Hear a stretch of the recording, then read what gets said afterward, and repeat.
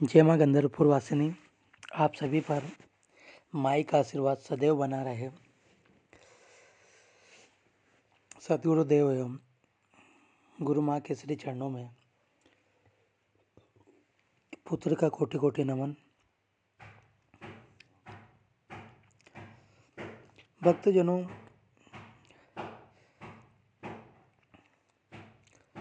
कल एक भक्त का मेरे पास कॉल आया और उसने मुझे बताया कि गुरुजी, हम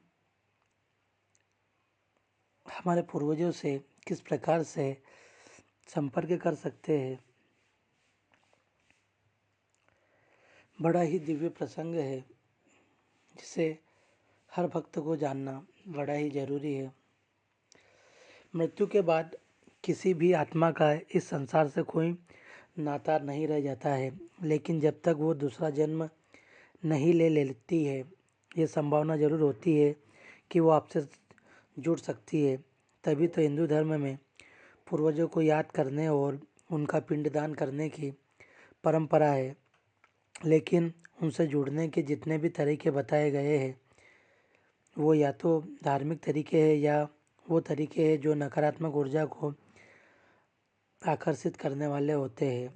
लेकिन आप उनसे आध्यात्मिक तरीके से कैसे जुड़ सकते हैं, हम आपको वो मार्ग बताएंगे। भक्तजनों, ये कहा गया है कि मृत्यु के बाद आत्मा एक लोक को छोड़कर दूसरे लोक में चली जाती है। उन्हें लगता है कि उनके पूर्वज गार्डियन बनकर उनकी सुरक्षा करेंगे, मुसीबत पड़ने पर उन्हें चेतावनी या संकेत देंगे। कई लोग मानते हैं कि दिवंगत आत्माएं सपनों के माध्यम से संपर्क कर सकती है। कुछ लोग ऐसे माध्यमों या मनोवैज्ञानिकों का सहारा लेते हैं जो दावा करते हैं कि कई संस्कृतियों में यह माना जाता है कि आत्माएं विभिन्न माध्यमों से संकेत या संदेश भेजती है। ऐसा ही हिंदू धर्म में भी है। हिंदू धर्म में मृत्यु को अंत नहीं माना गया है, बल्कि ये कहा गया है कि मृत्यु के बाद आत्मा एक लोक को छोड़कर दूसरे लोक में चली जाती है। ऐसे में सगे संबंधी उनकी आत्मा की शांति के लिए कई चीज़ें करते हैं। इन सब के अलावा लोग अपने पूर्वजों से जुड़े भी रहना चाहते हैं। वे चाहते हैं कि उनके पूर्वजों का जो कोई हाल फिलहाल उनके परिवार से इस संसार को छोड़कर गया है, वो उन पर अपनी कृपा और आशीर्वाद बनाए रखे।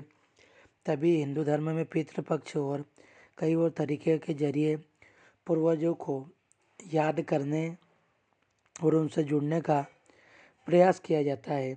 कई संस्कृतियों में पूर्वजों को दूत या गार्जियन के तौर पर देखा जाता है। लोग उनसे जुड़ने के तरीके ढूंढते हैं क्योंकि उन्हें लगता है कि उनके पूर्वज गार्जियन बनकर उनकी सुरक्षा करेंगे, मुसीबत पड़ने पर उन्हें चेतावनी या संकेत देंगे। इसीलिए लोग धार्मिक तरीकों से, आध्यात्मिक तरीकों से उनसे जुड़कर रहना चाहते हैं।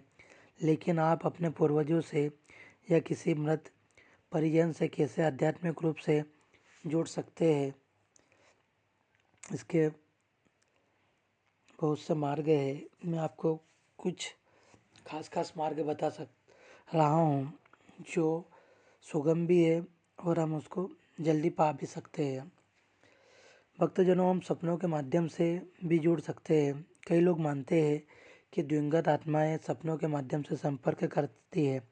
अपने सपनों पर ध्यान दें और उन्हें समझने का प्रयास करें।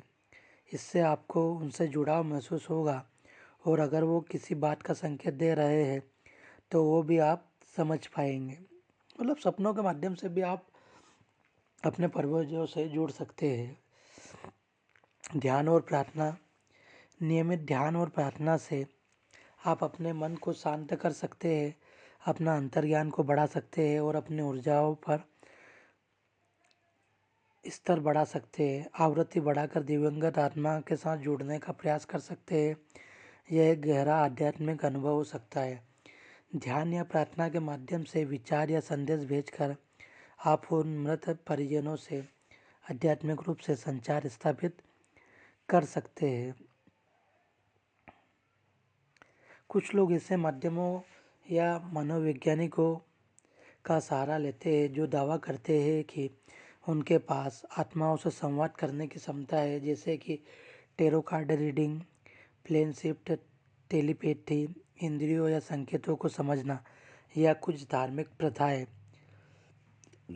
इसके अलावा जिस व्यक्ति से आप संवाद करना चाहते हैं उस पर ध्यान केंद्रित करने के लिए आप फोटो, वीडियो या ऑडियो का उपयोग कर सकते हैं। उन्हें अपना संदेश भेजने का प्रयास कर सकते हैं। इसके लिए आपको किसी शक्तिशाली ऊर्जा के स्रोत से जुड़ना होगा। और संसार की सबसे बड़ी ऊर्जा है माता बगलामुखी की। अगर आप माता बगलामुखी की साधना आराधना करते हैं गुरु सानिध्य में, तो आप अपने पूर्वजों से भी जुड़ सकते हैं, क्योंकि जब हम माँ की साधना आराधना करते हैं तो जिसको पेटी भी कहते हैं, उसके माध्यम से हम अपने पूर्वजों से जुड़ सकते हैं। अगर आप भी माँ की साधना आराधना करना चाहते हैं तो माँ की दिव्य दरबार में संपर्क करें, माँ की साधना आराधनाओं से जुड़े। जय माँ बगलामुखी, जय श्री महाकाल।